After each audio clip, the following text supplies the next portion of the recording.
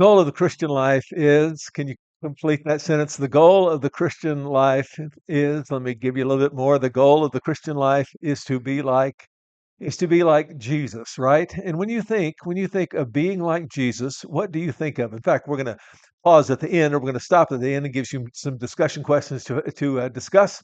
But you might want to stop right here and ask the question: What, when you think of being Christ-like, what does it mean to be Christ-like? What comes to your mind?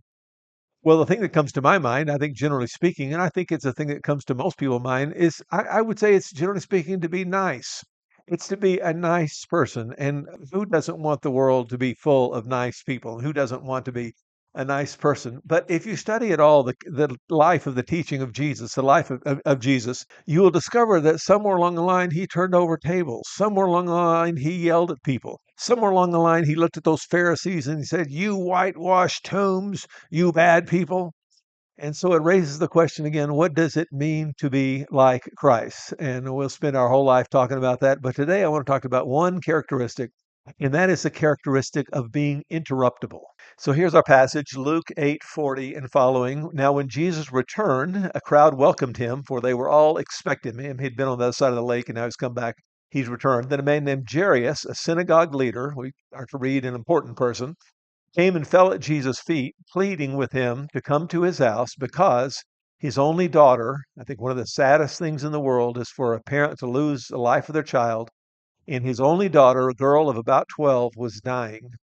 As Jesus was on his way, the crowds almost crushed him. And commenting on this, the Pillar New Testament commentary, James Edwards says, despite the fawning crowd, Jesus shows himself to be interruptible. And he enters the desperation of this lonely parent. So Jesus went with him. He stepped aside from what he was doing. He interrupted what he was doing and he went with him. And that simple statement, which recalls the equally simple description of Jesus' purpose in Mark 1:38, this is why I have come. Mark testifies to Jesus' commitment to minister to human need and to the inestimable worth of the human individual for Jesus. Back to the text itself, when I got that blue background, we're in the text itself, and then I'll interrupt myself a time or two.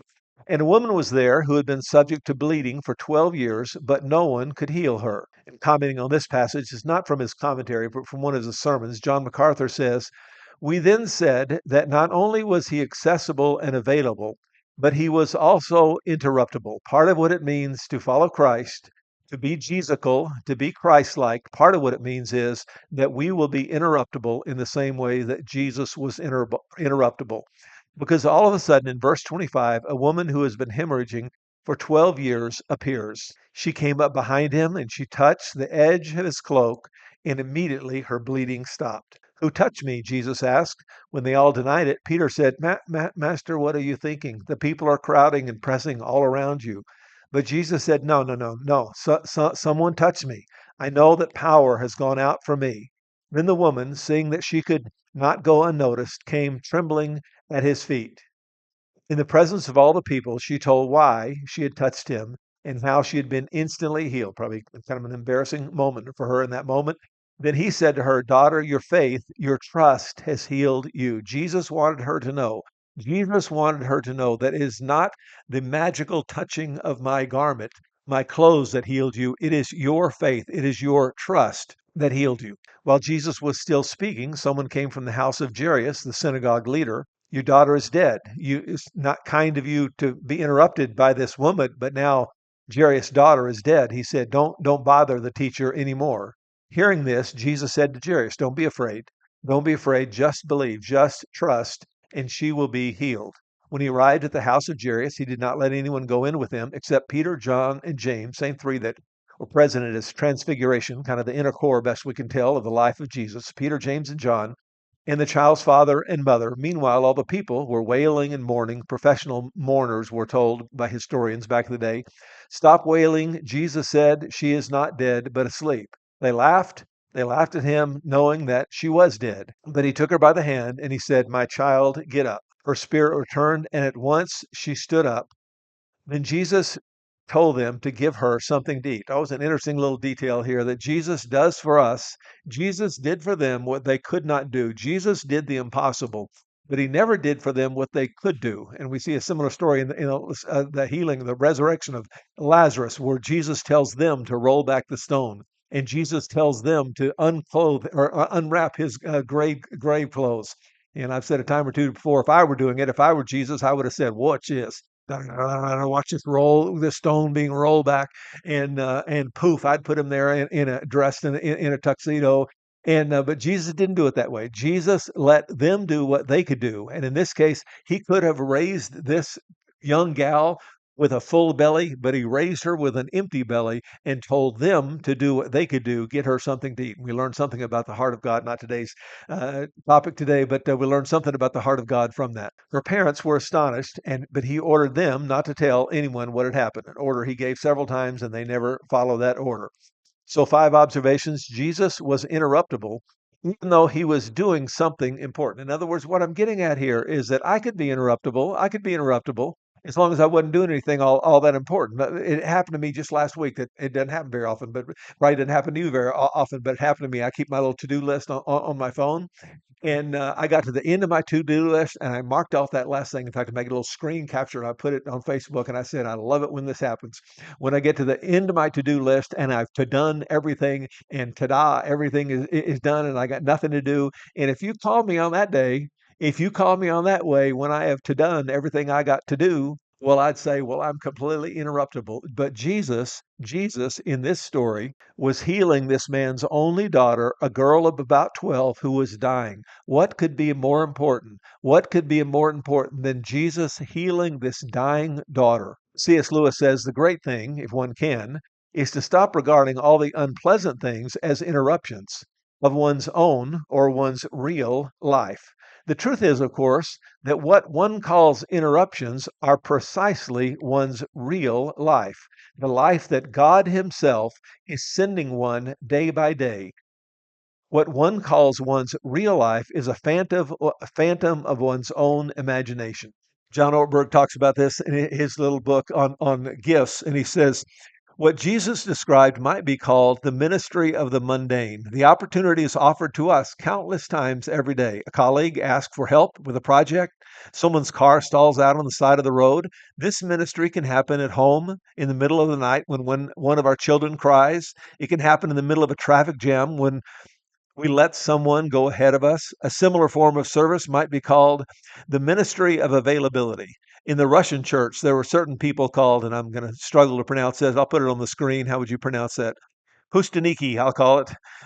They would devote themselves to a life of prayer, withdrawing to the desert to a life of solitude, but not in isolation. By custom, the Pustaniki's latch was always off the door as a sign of their availability to his neighbor's needs. Sometimes, and the whole point we're going to get to in a moment is not always, but sometimes in our days, we must be interruptible for the tasks that are not on our agenda. Periodically, we must live with the latch off the door. Sometimes, again, not always, but sometimes, we need to be available to talk or pray with troubled people, people who we will not be able to cure and who can't contribute to our image or ministry success. Servanthood does not mean doing only mundane tasks, nor does it mean that our days should be filled with nothing but interruptions. Knowing when to be available takes discernment and wisdom. It's what I'm asking you to discuss here in just a minute. You get ready to think about that. When are we to be available? When are we to be interruptible? And when are we not to be? Generally speaking, the higher our grandiosity and pride quotient, the greater our need for this ministry. So Jesus was interruptible even though he was doing something important. And secondly, he was interruptible even though he was important. In other words, the idea is that I would be interruptible. I would be interruptible if it were somebody important. In fact, just yesterday, I've got this tax issue I won't go into, but I've called the tax office, state tax office, and they didn't return my call. And I left a message. It's been a week or two now. And yesterday, as I was driving to church last night for Wednesday night prayer meeting, I got a call from this tax person, and I literally pulled over on the side of the road. That road has a lot of roads. There's interruptions in the cell service, but where I was, the cell service happened to be pretty good. And also, I wanted to concentrate on this conversation because this was an important person for me. This was the tax person for me, and I want to get this issue straightened out. And I don't mind being interrupted. I don't mind being interrupted if someone I'm being interrupted by is more important than I am. If you followed my teaching at all, you know that one of my heroes is John Ortberg, as I've quoted a time or two already in this talk. And if John Ortberg were to ever to call me, you can't imagine him ever calling me, but if John Ortberg were to ever call me and say, "Hey, this is Josh, I'd like to ask you to help me with the next book boy, I'm working on." Boy, I'd stop anything. I'd drop almost anything. Yes, you're the important one. I'm going to stop and I'm going to listen to you and I'm going to be interruptible.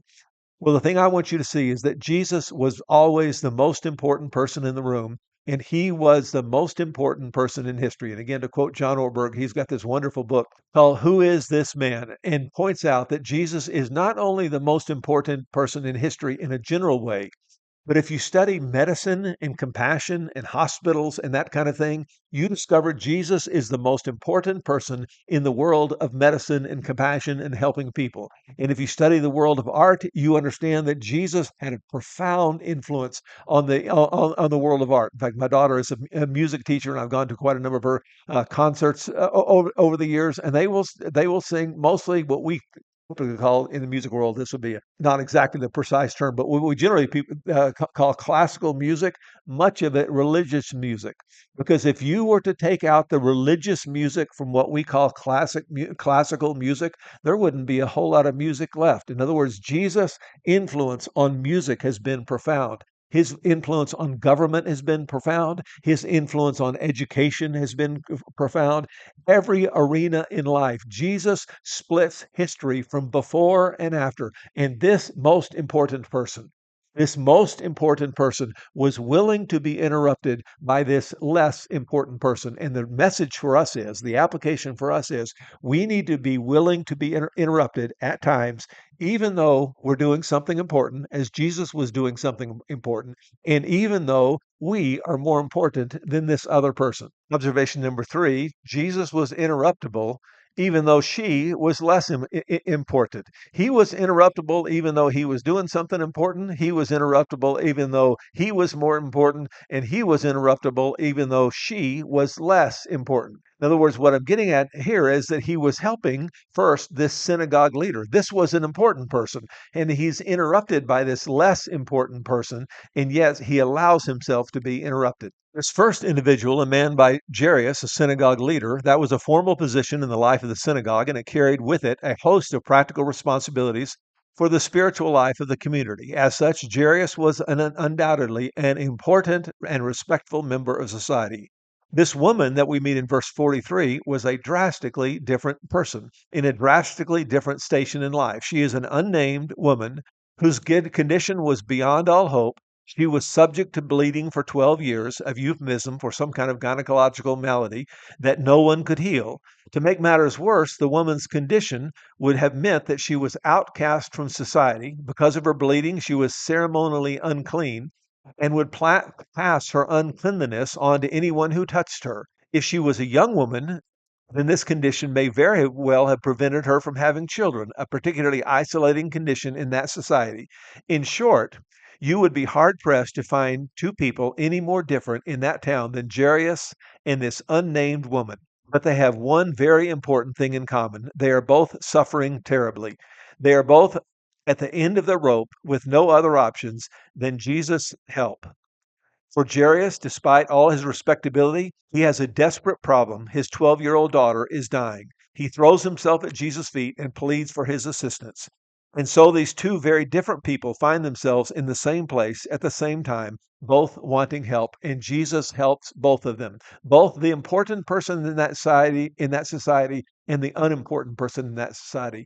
And what Jesus is teaching us, in the words of Francis Schaeffer, is in the Christian church, there are no little people. There are no important people and unimportant people. And we tend to divide the world, even the church world, into important people: the people on the stage, the preacher, the musician, the people on the staff, the deacons, the teachers, and so on. They are the important people. And then all those other people, they are not so important. And I saw a great illustration of this last week. My wife had a presentation. She was a little bit nervous about it at school. And she had mentioned it during the prayer request time at church last week. And I assumed a number of people prayed for her. But one of them, one of the ladies, one of her friends, sent her a text about 5 minutes before she was to give her presentation. And that text simply said, I want you to know I remember that your presentation is coming up. I think you're going to do great. I'm praying for you. I pray that God will be with you during this important hour in your life. And I'll tell you, that text from that friend to my wife meant more to her than a dozen, maybe more than 100 of the last sermons that I on the stage have presented. And the point is, in the church, there are no little ministries. There's 1,000 things that happen behind the scenes that make the church and mean the world to people. And in the church, in the words of Francis Schaeffer, Jesus is showing us here, there are no little people. Fourth observation, Jesus was interruptible, but not always interruptible. Not always interruptible. If we ask the question, what else does the Bible say? We might go back to John 4:4, where in the old King James we read, and he must needs go through Samaria. The NIV has it, he had to go through Samaria. He would not be interrupted. He had a divine appointment with this woman at the well, and he would not be deterred. He would not be interrupted. He would not be distracted. Here was a case where Jesus was not interruptible. We see this in the life of Nehemiah, where in Nehemiah 6:3 we read, I am doing a great work and I cannot come down. I will not be interrupted. I will not be distracted. I am doing a great work and I cannot come down. Isaiah prophesies, puts these words in essence in the life of Jesus, and says, I offered my back to those who beat me, my cheeks to those who pulled out my beard. I did not hide my face from mocking and spitting, because the sovereign Lord helps me. I will not be disgraced. Therefore, I have set my face like flint, and I know I will not be put to shame. And commentators believe that Luke had this in mind when he wrote this in Luke 9:51. As the time approached for him to be taken to heaven, Jesus resolutely set out for Jerusalem. He set his face like flint toward Jerusalem, and he would not be distracted.